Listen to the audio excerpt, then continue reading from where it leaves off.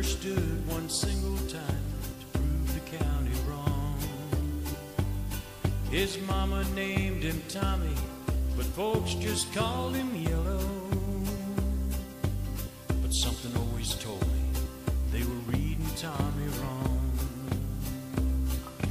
He was only 10 years old when his daddy died in prison. I looked after Tommy 'cause he was my brother's son. I still recall the final words my brother said to Tommy. Son, my life is over, but yours has just begun.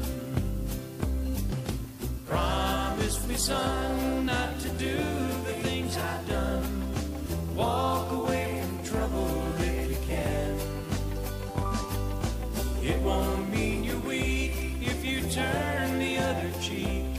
I hope you're old enough to understand. Son, you don't have to fight to be a man. There's someone for everyone, and Tommy's love was Becky. In her arms he didn't have to prove he was a man. One day while he was working, the Gatlin boys came calling. They took turns at Becky, and there was 3 of them. Tommy opened up the door and saw his Becky crying. The torn dress, the shattered look was more than he could stand. He reached above the fireplace and took down his daddy's picture. As his tears fell on his daddy's face, he heard these words again.